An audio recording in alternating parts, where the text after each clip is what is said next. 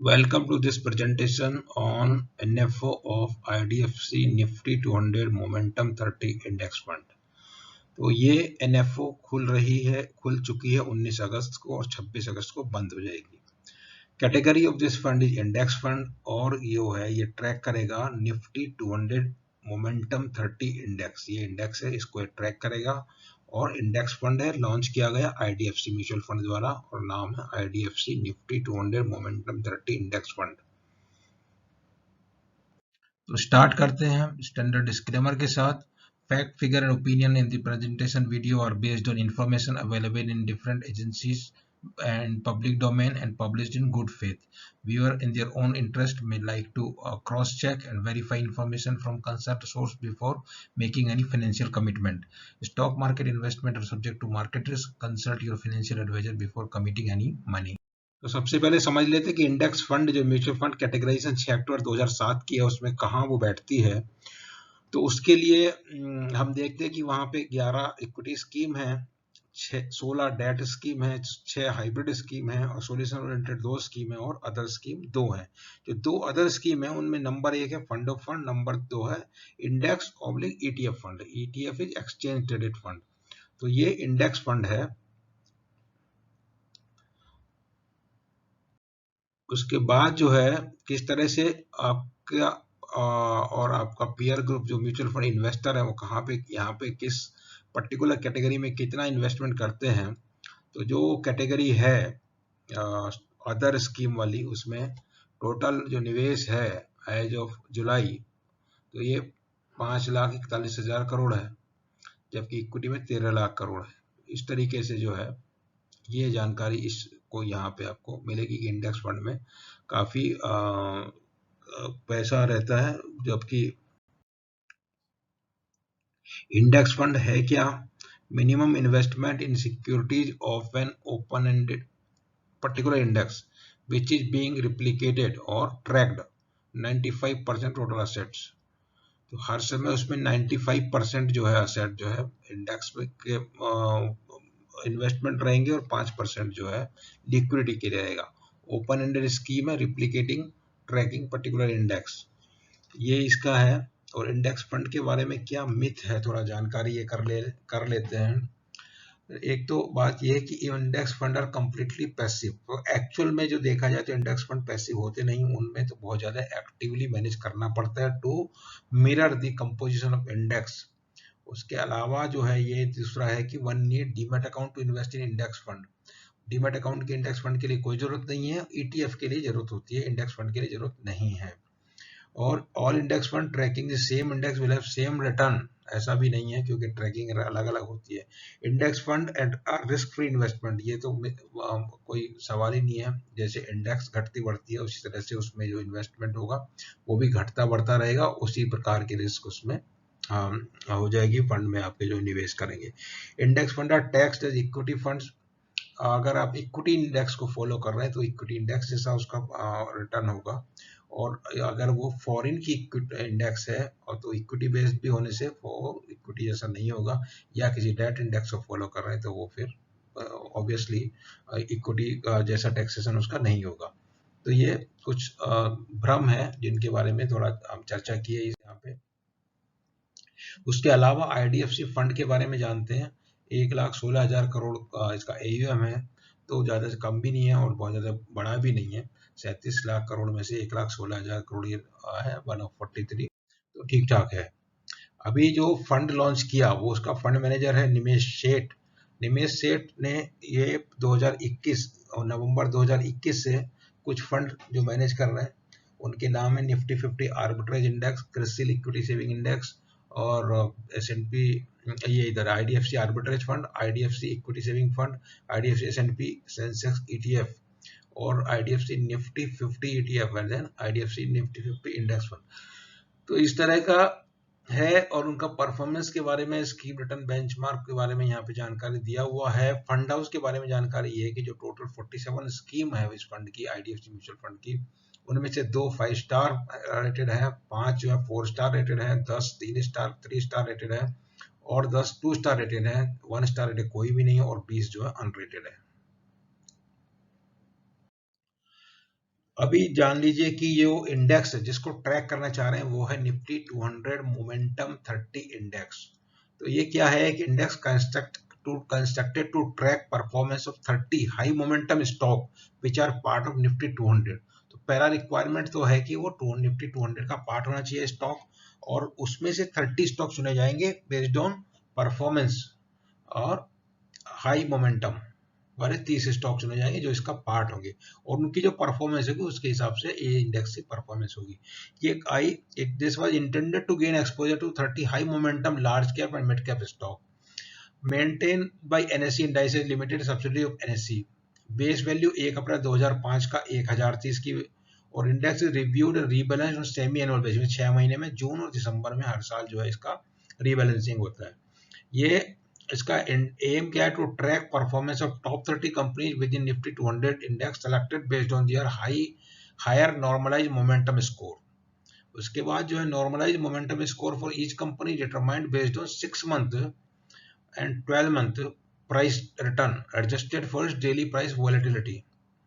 Stock weight are based on combination of stock normalize momentum score, Z score इसको बोलते हैं, and free float market cap. Index launch हुई 25 अगस्त 2020 को, और base date जैसा ऊपर बताया 1 अप्रैल 2005 है। बेस वैल्यू 1000 है। Weight of each stock is based on factor tilt methodology. Weight is derived by multiplying the free float market cap with normalized momentum score of the stock. Stock weights are capped at a lower of 5 or 5 times the weight of a stock in the index, based only on free float market cap. Buffer based on normalized momentum score rank is applied to reduce turnover. Eligibility criteria for constituent stock forming part of Nifty 200 index ये सबसे पहला requirement हो गया। Which are also part of derivative, दूसरा requirement ये है कि derivative का भी पार्ट होना चाहिए और निफ्टी 200 इंडेक्स का भी पार्ट होना चाहिए। स्टॉक बेस्ड ऑन 6 मंथ और 12 month volatility adjusted return known as normalize momentum score. तो 6 और 12 महीने के उनके जो वोलेटिलिटी एडजस्टेड रिटर्न है उनको के बेसिस पे 20 में से 200 में से 30 स्टॉक चुने जाएंगे। 30 stock having highest normalize momentum score will be form part of Nifty 200 momentum 30 short में N200 M30 इंडेक्स। Weight for each stock is decided based on factor tilt method at the time of rebalance. Weight is decided based on momentum score and free float. Weight are capped at the upper limit of 5%.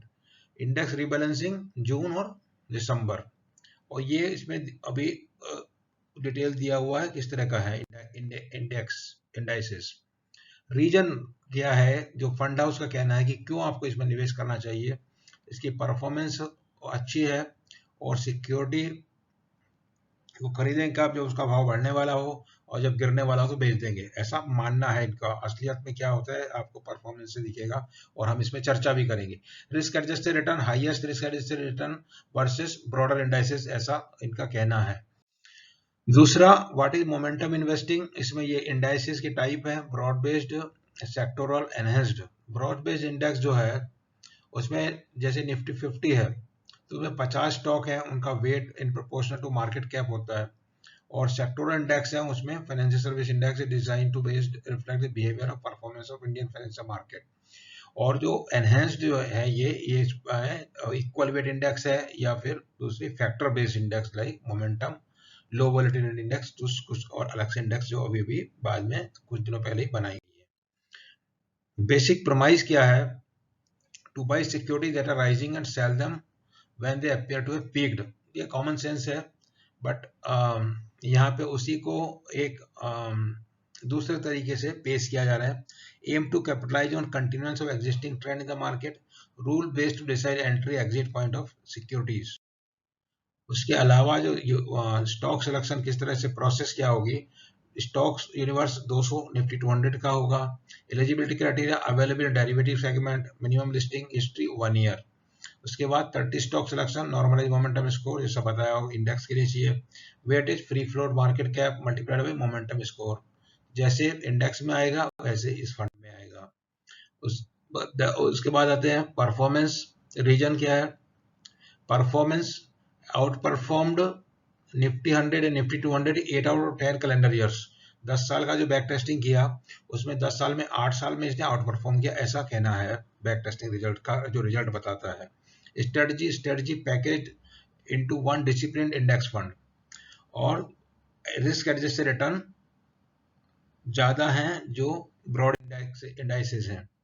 Calendar year return 2012 से लगा के 22 तक के देखे हैं तो इसमें yellow है ये मोमेंटम इंडेक्स है, येलो है निफ्टी 200 और लाल है निफ्टी 100 और ये पर्पल है निफ्टी। तो यहाँ पे सब जगह ये ज़्यादा दिख रही है, एक्सेप्ट यहाँ कम हो गई, और अभी जो 2022 है इसमें भी कम हो गई। तो 2 साल जो है उसने नेगेटिव रिटर्न। एक्सेस रिटर्न 5% दिया, 7%, 12%, 12%, 4%, 22%, मगर यहाँ पे जो है 2018 में -2 है और यहाँ पे भी जो है 1% कम है। यहाँ पे 3% एक्सेस है, 25% एक्सेस है, यहाँ पे -13% है। तो निफ्टी 100 के साथ परफॉर्मेंस देखिए तो भी वो मोटा मोटी उसी रेंज का आता है। अगर जो बैक टेस्टिंग रिजल्ट आए जो भी रहे, बुल फेज बियर फेज के अलग अलग यहाँ पे कंपेयर किया हुआ है। बुल फेज 1 34 मंथ 2 अप्रैल 2000 से 5 से लगा के 2007 तक का दिया हुआ है, उसमें इसमें मोमेंटम इंडेक्स में ज़्यादा रिटर्न मिला, बियर फेज में ज़्यादा घटा, फिर बुल फेज 2 आई उसमें काफ़ी ज़्यादा रिटर्न मिला, फिर बियर फेज 2 आई उसमें जो ब्रॉडर इंडाइसिस से कम घटी। This is what is required और एजम्पशन, बट एक्चुअली क्या होता है देखते हैं। बुल फेज 3 आई तो ये जो बढ़त का जो मार्जिन था वो काफ़ी घट गया। देखिए यहाँ पे 200 200 300 है और यहाँ पे 400 500 490 477 950 है, यहाँ पे क्या रह गया 147 153 179। तो प्रमाइज में कुछ कहीं पे ऐसा लगता है कुछ सब कुछ ठीक नहीं है। अभी बियर फेज में -17 -17 -28, तो कैसे ये आगे काम करेगी, क्या रिटर्न मिलेगा उसके बारे में बहुत ज़्यादा कुछ बोलना इस समय संभव है नहीं। और इनका ऐसा कहना है कि टाइमिंग इज लेस रिलेवेंट, तो इन्वेस्ट कभी भी करो आपको जो है ज़्यादा उसमें परेशानी की बात है नहीं। लेकिन प्रॉब्लम क्या है, स्विफ्ट मूवमेंट लिखते हैं, swift movement across stock and sector to capture momentum. लेकिन आप जो रीबैलेंसिंग होगी इंडेक्स की 6 महीने में होगी, 6 महीने में कोई स्टॉक कहाँ से कहाँ चला जाता है और कोई स्टॉक कहाँ से कहाँ चला जाता है। तो अगर आप उसकी एंट्री के लिए या एग्जिट के लिए 6 महीने का इंतजार करेंगे तो आपको क्या रिटर्न मिलेगा आप इमेजिन कर सकते हैं, उसको बोलने की जरूरत नहीं है। दूसरी बात फंड मैनेजर का है, जो फंड मैनेजर इसके बाद स्नैपशॉट दिया हुआ है, फंड मैनेजर निमेश शाह, उसके बारे में हमने पहले ही चर्चा किया क्या करते, सब्सक्रिप्शन के बारे में डिटेल दिया हुआ है, इन्वेस्टमेंट ऑब्जेक्टिव दिया हुआ है, बेंचमार्क निफ्टी 200 मोमेंटम जो ट्रैकिंग है वही बेंचमार्क होता है, इंडेक्स फंड में और कुछ नहीं रहता है। बाकी कहना है कि डाइवर्सिफाइड सेक्टर स्टॉक होल्डिंग इस तरह से कंज्यूमर डिस्क्रिप्शन का है, utility energy industrial commodity financial service health care fast moving और टेलीकम्युनिकेशन। और जो स्टॉक बाय वेट जो इसका अभी का है उसके बारे में दिया हुआ है। फंड की तुलना करने के लिए, कंपेरिजन करने के लिए इस तरह के दूसरे और कौन से फंड हैं मार्केट में उनकी हमने जानकारी लेने की कोशिश की, आसानी से नहीं मिलता है। और उसमें जो पुराना जो समझ में आया, यूटीआई ने म्यूचुअल फंड ने एक फंड लॉन्च किया था, UTI Nifty 200 momentum 30 index fund, जो 12 मार्च 2001 इंसेप्शन डेट है 2021, उसको 1 साल से 1.5 साल करीब पीरियड हो गया और उसके रिटर्न आप देख रहे हैं पिछले 1 साल में निफ्टी का 10% है और ये इंडेक्स का -3 है और ये फंड का -4 है। कहाँ 10 है और -4, इधर 10,000 अगर आपने इन्वेस्ट किया 1 साल पहले तो यहाँ पे 11,000 होता आपका निफ्टी में। इस इंडेक्स जो है मोमेंटम 30 इसमें 9,600 और फंड में 9,557, तो इस तरह का आपको रिटर्न मिला है। और उसमें आप बैक टेस्टिंग में क्या रिजल्ट आता है, that is immaterial, finally what you deliver is the one which will matter. दूसरी जो है मोतीलाल ओसवाल ने लॉन्च किया था, वो भी कुछ 6 महीने पहले लॉन्च किया था, उसका भी रिटर्न -3.29 है और अभी ये अभी करंट है। इसके अलावा आईसीआईसीआई प्रूडेंशियल का एनएफओ 22 जुलाई से 2 अगस्त तक था, इसमें अभी कुछ हुआ नहीं। उसके अलावा आदित्य बिरला म्यूचुअल फंड ने भी उसने ईटीएफ लॉन्च किया, वो इंडेक्स फंड नहीं है। तो ये इनका जो हिस्टोरिकल जो भी है वो कुछ कॉन्फिडेंस बिल्डिंग वाला है नहीं, और डाइवर्सिफाइड कैटेगरी में आपको टाइम टेस्टेड और अच्छे अल्फा जनरेट करने वाले बहुत सारे फंड अवेलेबल हैं। तो unless you are very particular about this category of mutual fund, you should think twice or thrice before making up your mind for investment in this type of fund, which are means just meant to add a new product and thus further confuse the investor. Common investor, sophisticated investor, okay fine, they can make use of such index and such index fund.